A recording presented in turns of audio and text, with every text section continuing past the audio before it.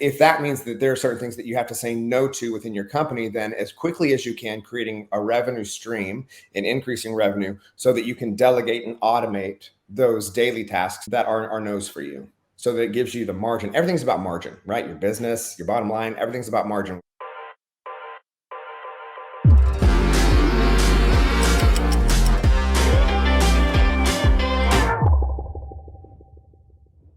Hello, everyone, and welcome to another episode of Home Service Hustle. I'm your host, Jonathan Bannister, and today we have a special guest, Cody Jefferson, aka Stetson's dad. So guys, you don't want to miss this episode. He's the CEO and founder of Embrace the Lion. He's a former church leader. He's just an amazing person. He's a top 20 keynote speaker, and he's going to tell his story of growing up in a trailer to now what his success looks like today. He also tells me that success is relative, and he's going to tell that story. Folks, you don't want to miss it. Let's go. Hello, everyone, and welcome to another episode of Home Service Hustle. Today's guest is Cody Jefferson, founder and CEO of Embrace the Lion. Cody, thank you for being here. Man, it's a privilege and a pleasure. All right, so you and I did a call the other day. I got to hear the whole life story. I think it's super important. Obviously, we've got a lot of things that I want to cover and talk about, but you were able to give me the starting of Cody kind of to where we are today. Can you do that? Give us 5 minutes and spit it out there? Ooh, 5 whole minutes on it.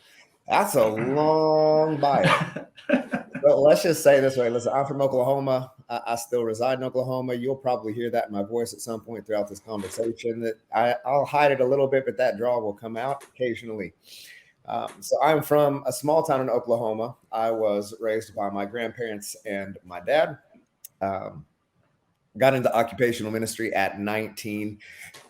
Was in occupational ministry. What I mean by that is pastoral ministry. So teaching pastor, worship pastor, youth pastor, liturgical formations pastor, creative director, all the things that you could do under the umbrella of the church, I did.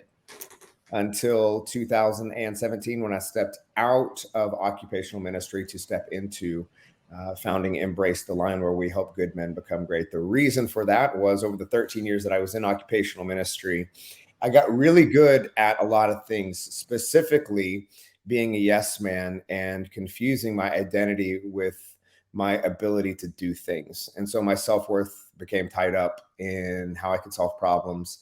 And unfortunately, my faith got tied up in the same thing. And so as a result of that, obviously it led to overworking, people pleasing, trying to be all things to all people, sacrificing my soul on the altar of some self-perceived success. And as I looked around, I recognized more and more men were doing the same, not only in the church sector, but also in the business sector as well. And I thought there had to be a better way. Now, there were programs out there, especially in the camp that I resided in, which is charismatic evangelical Christianity, but they were also Christianese. And I'm like, I don't really actually buy into any of this, and I don't want any of this. Like, I don't need to pray harder. I don't need to do I just need to learn how to be a better man and learn how to say no. And I need to learn how to respect myself and find myself outside of what I do. And so that started the journey. Now I can tell you that there were things that led up to that. In 2015, I went through I guess it's a public divorce because I was in ministry, like no really good scandal or anything. Sorry, listeners. I was just overworking and we just drifted apart. And we had a 1-year-old son at the time. Over the course of that year of walking through divorce, I also lost 8 family members and friends, various murders, suicides, very, very tragic and traumatic deaths, like very traumatic. And still being all things to all people, still being the yes man, still working, still God's got a plan, praying the right things, saying the right things until my body gave out at the end of 2016 and I went through sepsis. And it was in that moment that I recognized trying to please everyone's going to actually kill you.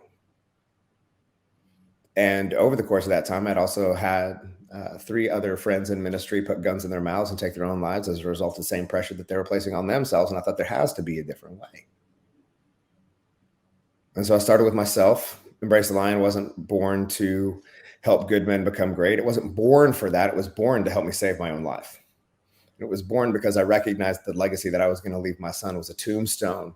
He worked really hard and he was there for everyone except you, Stetson. I didn't want that to be the legacy that I left or the legacy that I lived into. So over the past 5 years, we've cultivated a rather robust coaching program and network of men that now exceeds 4,000 across the globe, answering the very simple question of what needs to die in me to become the man that I said that I would be, and framing everything that we do around the identity framing. This is who I am, so this is what I do. I'm Cody, aka Stetson's dad. All right, so let's talk about the divorce. Something that let's make up a scandal real quick. All right, so you said the co-parenting is, from what you told me, is something like is extremely rare, I think. And, so talk about that a little bit. So listen, let's just like frame out how this whole thing went down. And I think if you grew up in fairly fundamental church, you'll really appreciate this. So I knew my son's mom from the time she was a teenager, and I was in my early 20s. And it wasn't until she graduated and everything else, like we were hanging out, and our senior pastor had a prophetic dream. And he had a prophetic dream that we would get married. Now, here's what you have to understand. The backstory is her mom is the children's pastor, and I'm also a pastor on staff. And so it's like, oh, well, like a prophetic dream. And here I am, like, I don't know my identity. I started in ministry when I was 19. Like, I didn't really know my identity outside of being this guy who sang songs on stage and was highly charismatic and could tell a good story. Right. And I love people and I care about people, but really from a formation standpoint, like I'm pretty young in the game. Right. I mean, heck, at 38 right now, I still feel like I'm young in the game. And so it's like, okay, I don't want to let him down. And I mean, he's the pastor, so like God's got to be talking to him. And so we got married. And I wish it was like this, like we were just madly, and like it wasn't that. Like we were good friends, great friends. We just sucked married.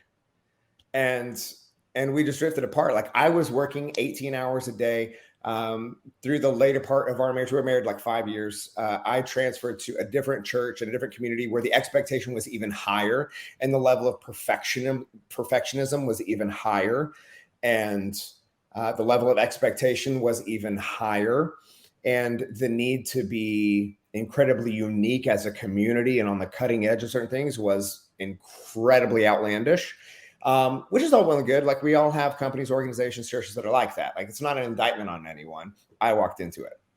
And so when your whole self-worth is tied around how effective and useful you are, like, bro, I just could not shut it off. Like I was so afraid that if you knew where I came from, if you knew that I grew up in a single bedroom trailer, my parents were divorced and I didn't grow up with anything. If you knew that I didn't have a squeaky clean history when I was in high school, listen, I'm not saying that I was the most popular with the ladies, but I'm saying I wasn't any slouch. Like when I was in high school, and so I'm like, man, if you guys actually knew who I was, if you knew what I struggled with inside, if you knew that I didn't actually know who I was, if you knew that I struggled with, my self-worth, and like if I can't accomplish something, or like I go into this depression, and I've thought about like harming myself at times, like just because I don't feel worthy of any of this. If you actually knew that. So I just thought, well, if I just keep working, if I work, nobody, and if I keep the attention on you, if I keep asking you good questions, if I host all of the team meetings, if I host all the small groups, if I host all the things, then I'm the one with the microphone and nobody puts that microphone on me. Mm. And it just got to the point where we were just drifting further and further and further apart. Like we were really solid roommates, but we had, Stetson, which was the best thing to come out of our marriage. And he's amazing. We divorced, no big fight. She, shortly after the separation, she started seeing the guy that is now her husband. They were coaches together. So she had known him for a while, and they've got 3 beautiful little girls now. And we're all cool, right? Like was it always that way? Listen, for the first year, probably like through the divorce, like there was a lot of ego on my side. Obviously there's ego anytime you go through, like it's, and especially when somebody else gets involved that quickly, like you just want to go to blows. But when you recognize, like for me, my parents divorced when I was very, very young. And dude, I've I've never been in the same room with them. Like, we've never all been to dinner before. They never talked when I was growing up. They don't talk now. Granted, I'm almost 40, so that's fine. But I've all I ever heard was stories about the other one. Right. And hers is the same way. She grew up not knowing her biological dad. And so for us, we just want, like, we didn't want that to be our story. It'd be very easy for that to be our story. Right? It's very natural to want to fight, very natural to want to protect, to want to be the victim, to want to be the one who was wronged and hurt and wounded. But at the end of the day, like, sometimes it's just, hey, dude, like, we were not good at this. I was for sure overworking and I was committing myself fully to this. This isn't what you wanted. You were young when we got married. You want to go live your life in a two-piece bathing suit and have fun and go out to the club with your girlfriends and do all the things that you do at 21, 22, 23 years old, but you can't because I'm a pastor and we can't do anything that would be below the standard of this crazy level of excellence that I think we should live up to. And it's not fair. And so now, great friends on the same page. We love our kid well.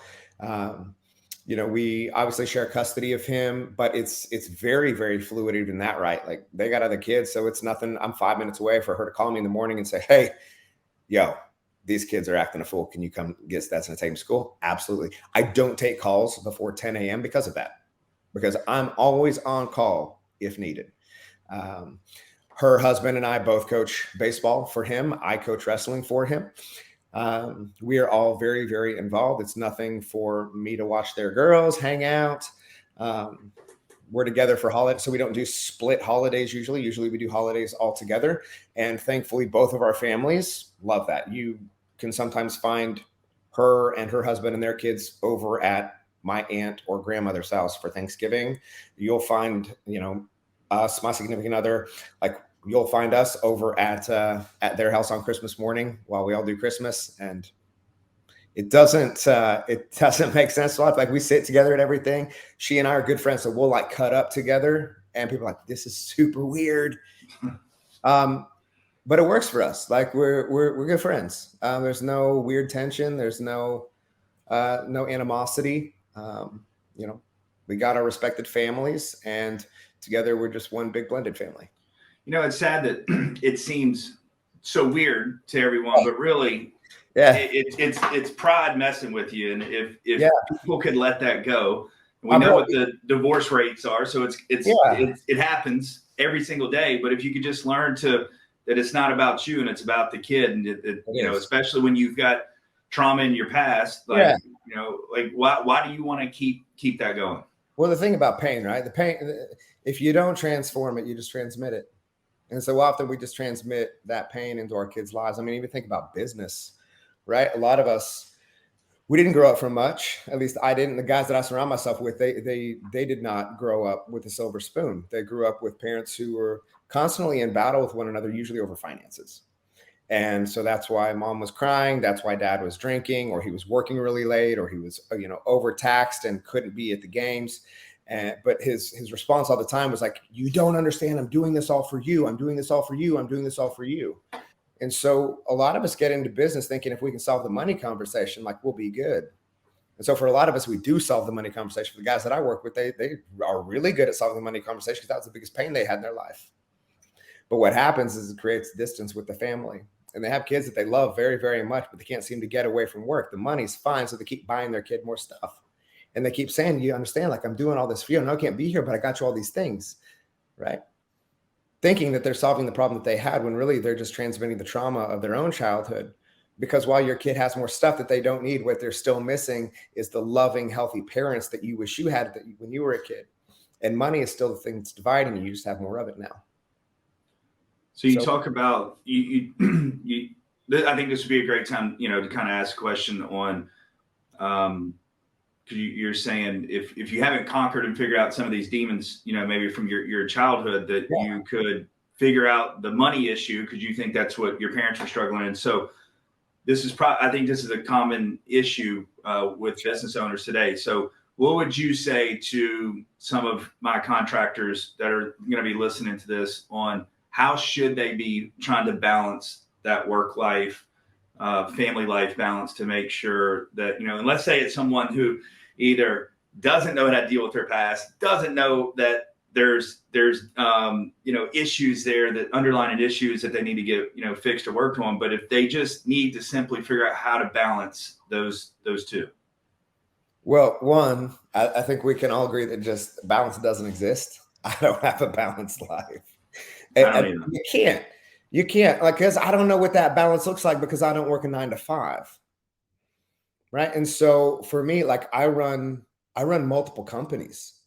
And so that means that more is going to be demanded of me at different times. Dude, I fly out. So this is what, Thursday? I fly out to Vegas on Saturday and I'm gone through Tuesday because I'm speaking. Then I've got a couple shows that I need to be on. So where's the balance there? Right. So I think a more appropriate question is not how do we find balance, but how do we set stakes in the sand, and what are those boundaries? So how do we create healthier boundaries in our lives that say, hey, this is a non-negotiable for me.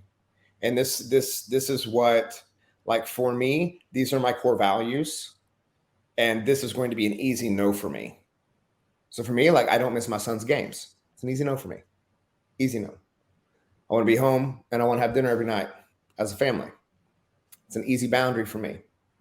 There are certain people who try to get involved in business with me. I get pitched ideas a lot because I invest in some companies. And if the idea doesn't align, it's an easy no for me. If there's a scenario where my son couldn't be present for anything that we're doing, that's an easy no for me. Right? Because my son, usually during the summer when I speak, he comes with me. He travels with me. That's just a known thing. Like, you want me to keynote? That's fine. You're going to find me. You're going to find me with my son. And so setting those boundaries and setting those parameters so that you can say, hey, this is actually going to be a solid no for me. And if that means that there are certain things that you have to say no to within your company, then as quickly as you can, creating a revenue stream and increasing revenue so that you can delegate and automate those daily tasks that are no's for you. So that it gives you the margin. Everything's about margin, right? Your business, your bottom line, everything's about margin. Your time is about margin as well. And so how do we create the right margin professionally and personally, whether that looks like hiring, whether that looks like automating certain things within your business and infrastructure, specifically onboarding processes, CRMs, be able to make sure that your clients are communicated with on a daily or weekly process of communication, where that means hiring the right people to take things off your plate. Whatever we can do to create that kind of margin in our lives is what I'd recommend. Let's talk about y'all's motto. All right, I read on the bio, you've cracked the code to the areas of your life of head, heart, health, and habits. Yep. What does that mean? Which part? The head, heart, health, and habits, or the motto we live by? Well, let's do both. Yeah. So head, heart, health, and habits. So we have 4 pillars that we operate from with Embrace the Lion. Head is what we think and believe, right? Everything comes back to the mind being a garden and how you cultivate it. So what do I believe and how do I treat my thoughts? Right? Heart, how do I treat my relationships? Relationship with myself, relationship with God. Like, again, I have my faith background. You listening may have your own, whatever faith is to you. And the relationships around you, your kids, your significant other, your spouse, your co-parent, your colleagues, your employees, whoever those people are, your close friends, right? How are those relationships? So how you treat your mind, how you treat your relationships. Health is how you treat your body. You got one vessel to change this world in, right? And then habits, which is how you treat your time, which is typically where obviously life and business fall into play. A lot of times people will have the best of intentions, but I say, you show me your calendar and you give me your time, and I'll show you exactly why you are where you are and why you believe what you believe and what you actually believe to be true. So our framing for this, everybody talks a lot about motivation and how to stay motivated.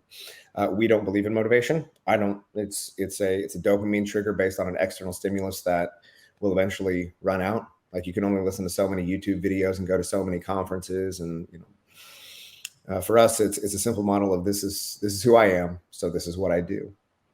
Right. Because it's one thing to set goals, and I think setting goals is very, very important, especially when we tie into who we say that we are. So we need revenue goals, obviously. We need top line goals. Fitness goals are great. Familial goals are great. But then what we have to understand is like, okay, but there's a process on the back end of that to maintain that and then grow from there. So we can say like, I want to lose 20 pounds. Well, the problem is this like the dudes who do 75 hard. And then on day 76, they go and get plastered again, like, or they go drink or they go eat trash. And they're like, I'm going to take a week's off. Well, now you literally just gained back all the weight and you destroyed your body and all the progress that you made.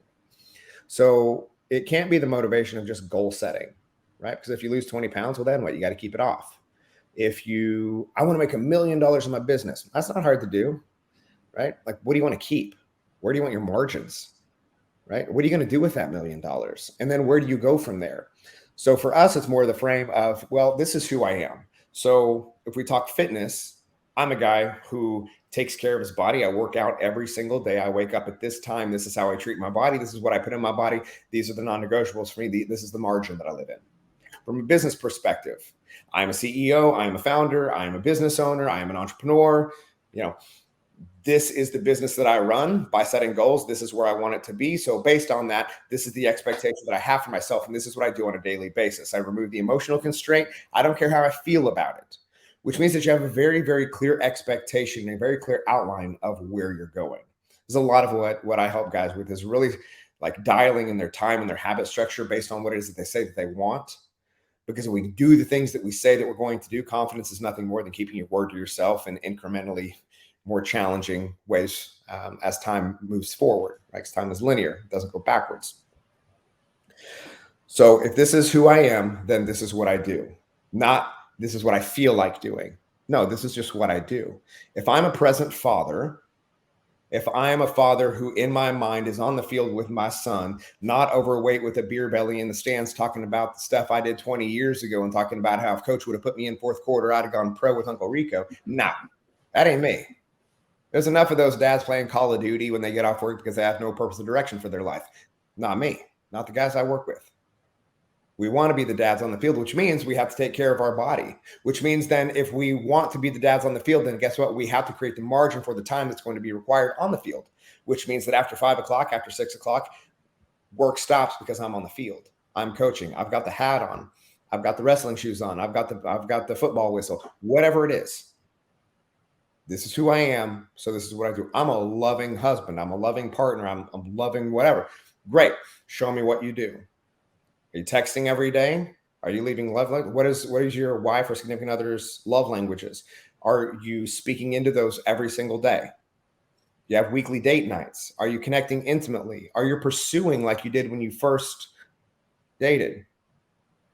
And is she receiving that? Is she reciprocating that? And if not, when you look in the mirror and you stand in front of yourself naked, are you the man that you promised yourself that you'd be to her? You got to answer that really honestly, because this is who you are. This is what you do. Now, we don't beat ourselves up about it. We don't create emotional frustration around it. We just answer objectively, and then we move forward objectively. It's deep.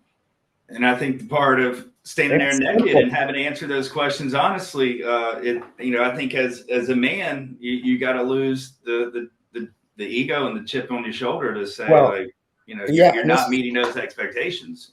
I think a lot of guys have a hard time saying it's their fault because what they have coming at them, they feel like, well, it's her fault or it's his fault or whatever. But you don't know the stress that I'm under. Do I not? Mm-hmm. Do I not? Oh, you run 5 companies and you're on PTA and you're in a loving, committed relationship and you're homeroom dad and your baseball coach and your wrestling coach and you travel the country as a top 20 keynote speaker. You do all those things while getting up at 4 a.m. to go to the gym every morning to make sure your body's in alignment. Wait, no, I'm not here to shame you, but don't tell me that you're just way too overwhelmed. No, you're just not disciplined to your time. You don't know exactly what you want, or if you do know what you want, you don't know exactly how to get there. So you're filling your time being busy, and waving your hands around being busy isn't productive. And that's why you're stressed and overwhelmed. That's why your cortisol levels up. That's why you're not sleeping well. That's why you drink at night, which then is why you can't get to the gym in the morning. These are all decisions that we make. Right. To confirm a story that we believe is true. And that's why accountability is so important, because you can be completely honest with yourself and still not be telling the truth. So talk about accountability a little bit. What does it mean to you, and what should people really understand about the meaning of accountability? I mean, accountability is only useful in so much that you'll move forward with it, right? Otherwise, you'll just become a victim to somebody else's expectation you think that they have of you based off of what you said that you wanted. So when we look at accountability, I believe that every man needs accountability in his life, right? Biblically, again, not to be all pastor, but you can take me out of the pulpit, but you can't take the pastor out of me. Iron sharpens iron. And so for me, for the men that I walk with, we surround ourselves with men who are like us, meaning we have a definite purpose of aim.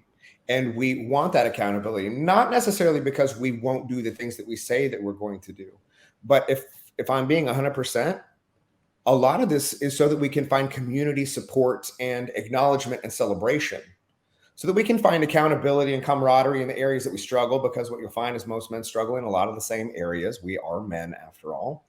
And so you find that you're not alone in those struggles, then you find support in that, and then you find celebration on the backside of you actually tackling that adversity head on and making positive and useful changes in your life. So not only is it modeled to you, it's modeled to your spouse, it's modeled to your kids, it's modeled to your network and to your company. So accountability is incredibly important for me, because it helps me to keep my word to myself. But also, dude, I have the most incredible friend group. If you want to talk about like the A-list of friends. And so for me, accountability is important because, dude, I love my friends. And now they're not friends with me just because of what I can produce. They're friends with me because of who I am. But I also recognize that these are very, very high caliber men in business. These are very high caliber men in their families. These are very high caliber men in their faith, in their physical disciplines, in their mental disciplines, in their spiritual disciplines, in their familial disciplines, right? And their financial disciplines. And if I want to stay in the community, if I want to stay in the brotherhood, just like for them, it's the same. We got to stay at the top of our game. That doesn't mean that we have to be perfect. That doesn't mean we put on a mask. That means when something is hitting the fan, we bring it immediately so that we can course correct this, so that it doesn't become, that small gap becomes a bigger gap over time. And then we find that we're living out of integrity because we've tried to hide things because we're afraid of being known. But I think one of the greatest gifts we give ourselves as a man is being fully known, because we are a culture that is desperate to be known, but we will settle for being seen every single day. So what do you mean by that? Well, I mean, just look at social media. Look at how we parade picture perfect lives. Right. Only to find things falling apart behind the scenes because we have to create this perfect facade. Right. Where behind the mask, if you actually knew me, right? This was me in ministry. If you actually knew me, I don't know that you'd want me leading you. I mentally struggle with my own self-worth. Yet I preach on Sunday that we are perfectly formed in Christ. There's a disconnect. Hold on, there's a disconnect here. And so often we find these disconnects. What do we say? Hey, bro, how are you? Dude, I'm good. I'm good. I'm good. I'm good. Are you? Only to find out 2 months later that you're going through a divorce, that you've been struggling with an alcohol problem, that your business is folding, that you self-sabotaged everything. But hold on. You sacrificed all that on the altar of I'm good because you were so concerned with being fully known to men who could help you out of the pit and into your paradise, that you decided to lose everything that you said that you worked for because you'd rather be seen than be known. And I don't know. So people talk about this all the time, like social media, it's become much more of a place where we can talk about this, where Sally and Jimmy's life's not perfect. We know it's shit, but they portray this different life. We know that because we can see everybody's lives on social media now. But this has been going on forever.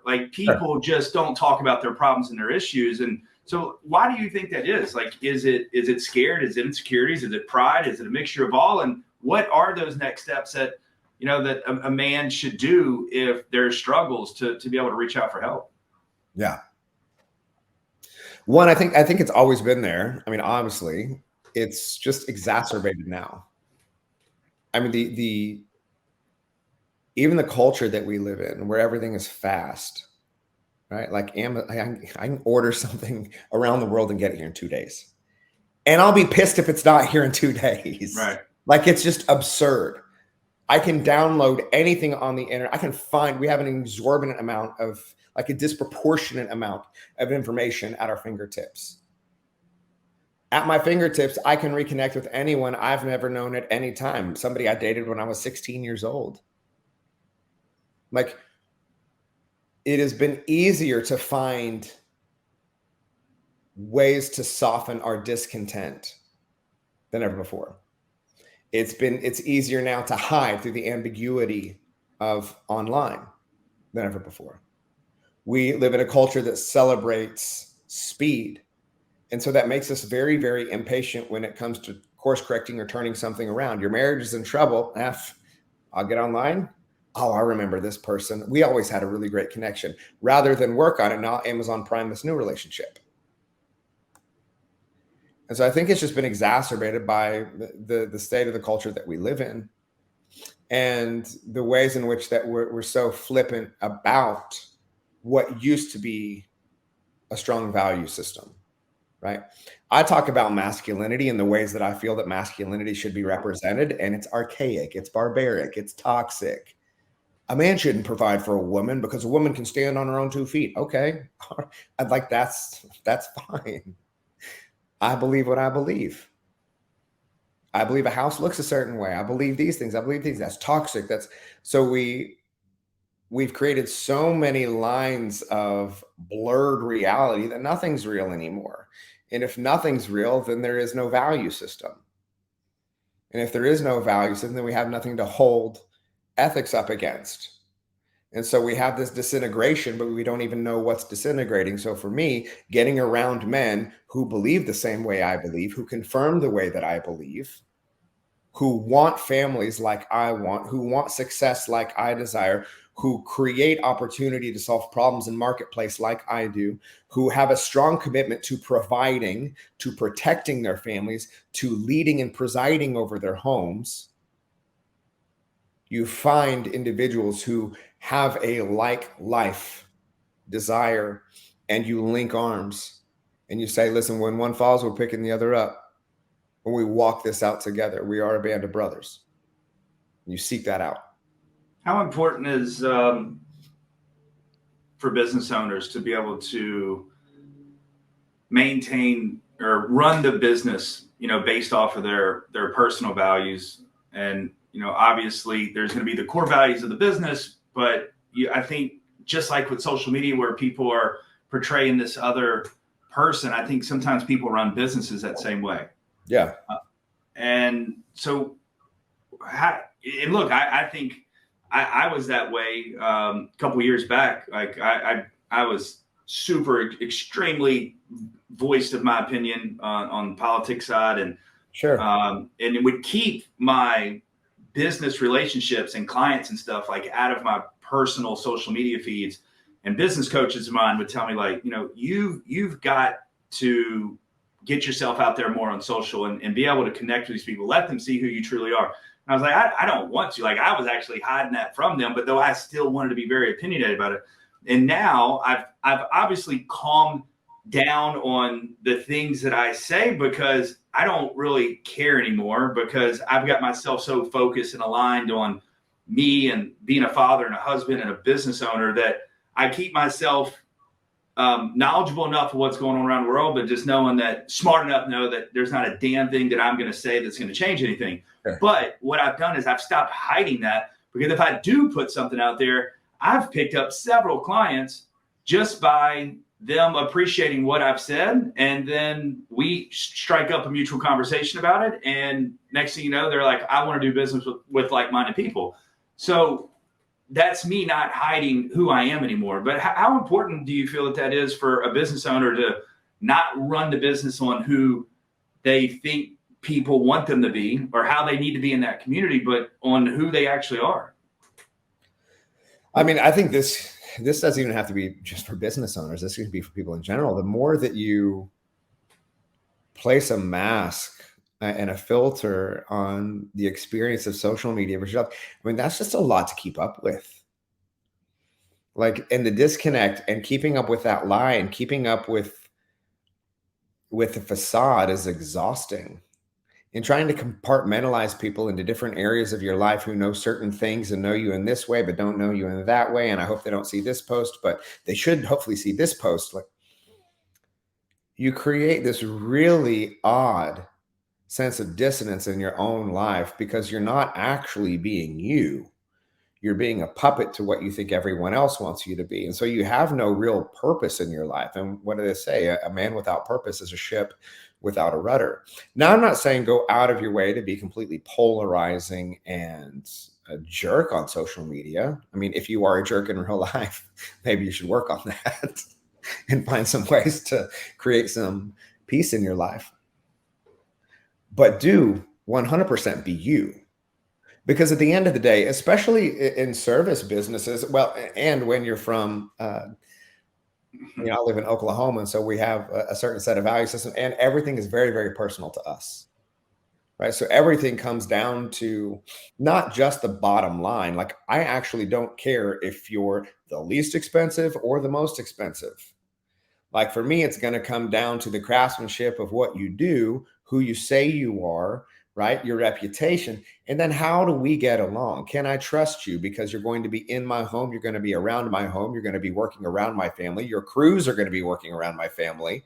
Like, can I trust you? Like, can I trust your people? Are you a man who gets done what he says he gets done? Right? And make no mistake, like, anyone listening to this, most of you are going to go to my social media profiles after this. Why? Because you're going to want to see how I align with what I say. Mostly all you're going to find is pictures of me and Stetson. And speaking stuff. So you'll find a lot of baseball pictures right now because we just started baseball season. But we want to see, like, are you who you say you are? Right? And on a day-to-day basis, it's not that you can't fake it. It's just why that seems like, as somebody who has faked before, it's an awfully empty way to live. So let's talk about Stetson and being a father and what that means to you. Was it something maybe from your past that you feel plays a big role in fatherhood for you now? And I ask that question because I feel, for myself, I see me being a completely different father to my boys than my dad was with me. And I was, I was loved, but I still love completely different with them. And I just wish that if everyone was able to take something that was either bad or something they didn't like from their childhood and be able to raise their own children differently. Because of that, I think the world will be a much better place. But for some reason, that doesn't happen. The generational curses continue on forever and ever. Yeah. Why do you think that is?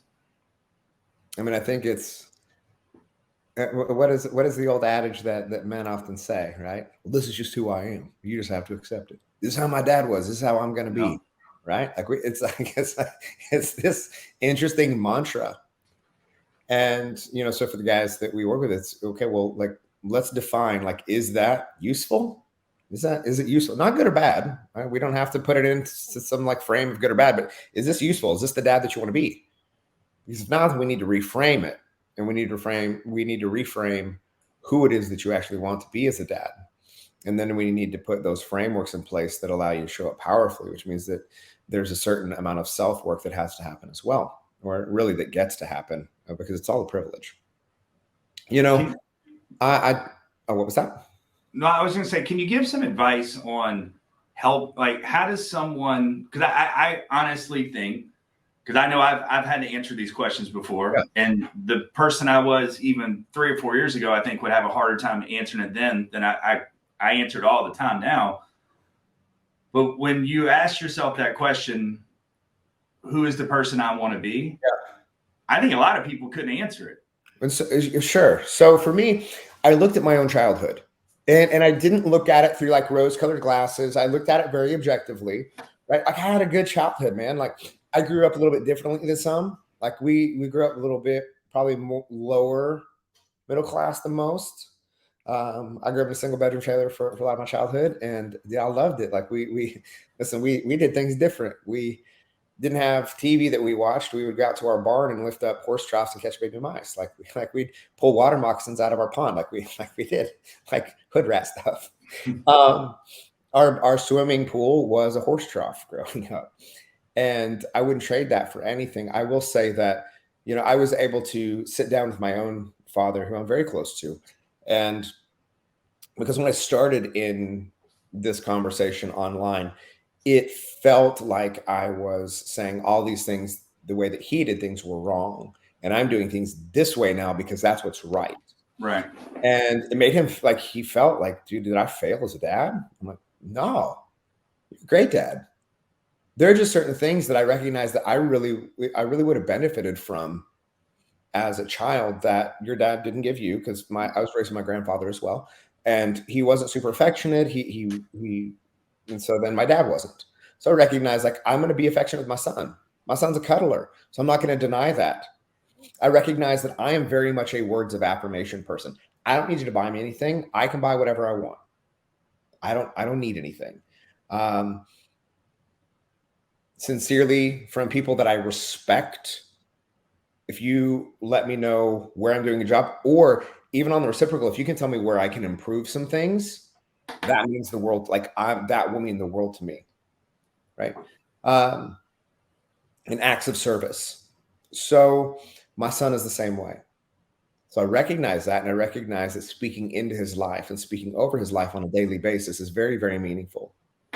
We didn't say I love you a lot when I was a kid, so I tell my son I love him every day. Every night I tell him, I am proud of who you are. I am proud to be your dad, and I am proud of the man that you're becoming. And he looks at me and he says, Dad, I'm really proud that you're my dad. Mm. And there's something like cyclically very healing in that, and very special. Last night we were leaving baseball practice and I was driving him and he said, Dad, I'm like, what's up, bro? And he said, I had a heck of a practice. I was like, dude, you smashed that practice. He's like, what could I do better? Right. So even that word of affirmation, well, you did these things really great. And this you could even do better. Right. When you threw to first from the outfield, dude, you launched that thing. You'll rock it. But that person was already on first. So your second base went to third because of the arch of your throw, and it gave him time. So being able to look and see that, like, you could have just thrown it to second and nobody would have run. Okay, I'll be more mindful of that. Like, and so there's this safety in those words of affirmation. My dad worked a lot. My dad's an entrepreneur. He's a business owner, and he worked a lot, man. Still works a lot. That dude outworks me. That he is 67, 68 years old. He starts his day working at 6, doesn't end until probably 7 or 8. Guys, owns a feed store, so we're talking like lug. It's not pretty work. It's country work. That's how I grew up. But I recognize, like, for me, if I'm going to run a company, I'm going to run it differently. I don't want to miss anything. I want to be incredibly involved with my son and everything that he does. I want to be at every school event. I want to be involved with the teacher. I want to be involved with his mother in co-parenting. And so there are things, again, that weren't bad that I experienced as a kid. They're just things that I looked at and said, ooh, I think this would have been more meaningful. And so I'm going to do things this way.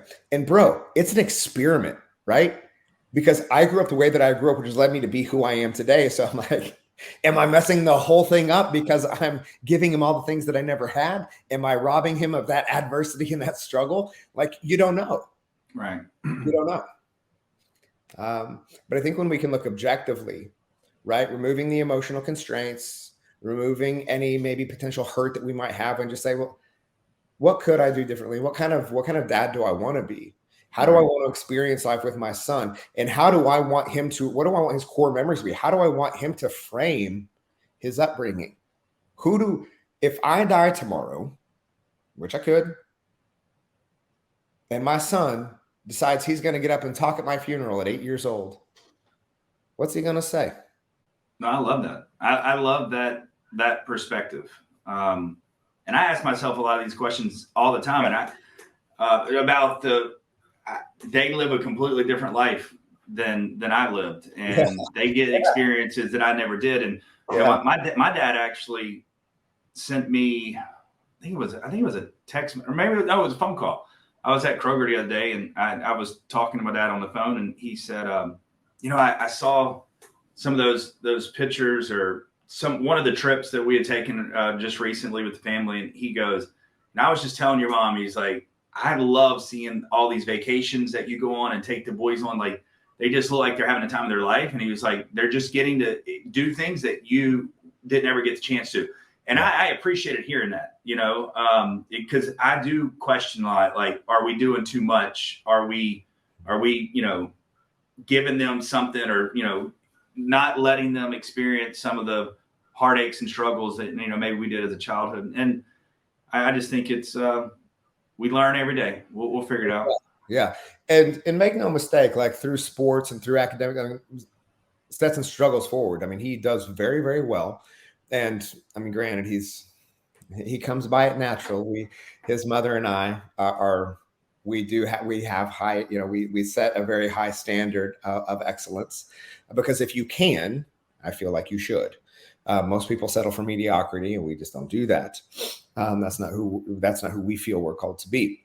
Now, we love him for who he is, not what he can do, and not for him to be, you need to be the best at everything. You just need to be the best you. And so if we can set him up to succeed in those ways, and that's why I have him travel with me. Like, most of my best friends live on the West Coast, or they live in Orlando, on the East Coast. So he's been to both. And what's beautiful, so growing up, I don't know that my dad even had friends. I don't if he did, I don't know, because he always worked. So I don't know. I don't think so.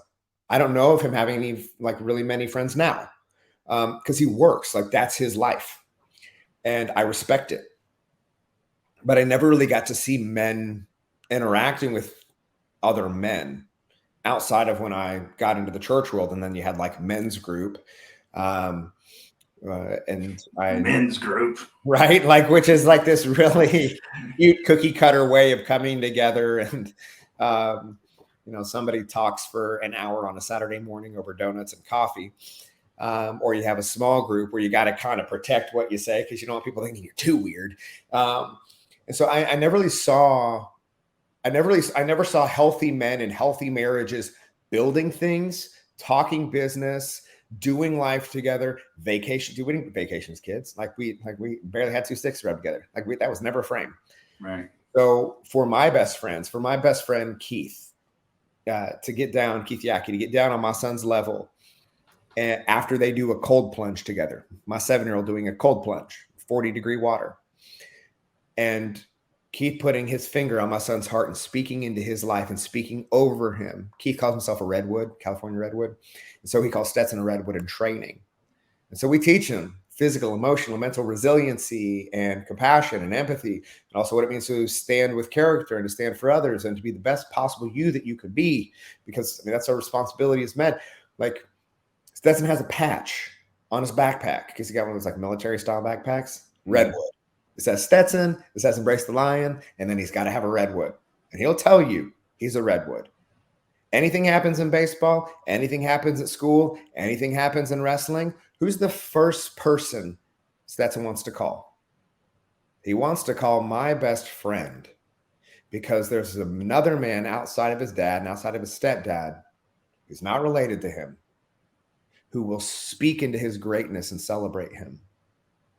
That is incredibly important. I never knew that. I never knew that growing up. So what that does for him and to him, we don't know. I don't know. But I can't imagine how that feels as a kid to have adults who you see, like, dude, he lives in like a $8 million mansion in Dana Point. Like, he gets to see this lifestyle that, like, again, was only on like Robin Leach when I was a kid.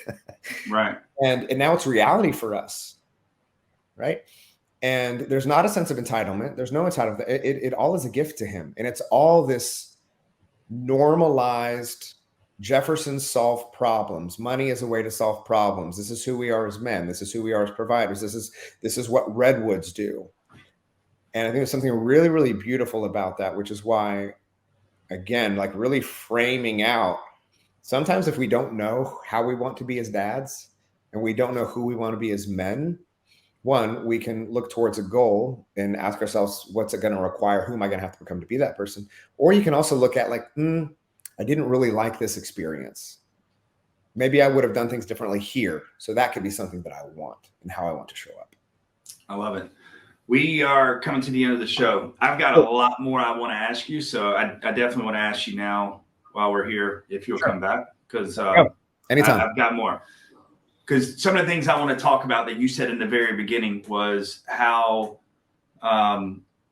there's time if you make the time. Like you've got to make what is important in your life and make it a priority. And then you started talking about some of the things from the business, delegate, elevate, and automation, and you just. So I would love to have you back so we can kind of lay out some of that, maybe a roadmap for how people should or could, if they truly want to put the things that are important in their life, how can they do it? Because they go, I work 18 hours a day and I still don't feel like there's enough time. But I have to. Yeah. So here's how I want to end the show. The Lion Elite, embrace the lion. Let's talk about how people can find you if they're ready to reach out to Cody and start working with you. Yeah. So we have 3 levels to work together. We have an entry-level 90-day program. We have a year-long mastermind, and then we have yearly recurring one-to-one coaching with me. For any interest in any of those, and we can talk more about what that looks like, just go to codyjefferson.com. There's a little button that says work together, regardless of where you fall on the spectrum. And we'll usually be able to delineate that based on some questions that you'll answer.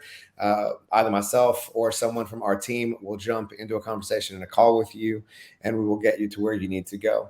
I cannot guarantee you that it will be with me, not in the sense that we wouldn't be a good fit, but we want to make sure that you have the best fit possible for where you're going.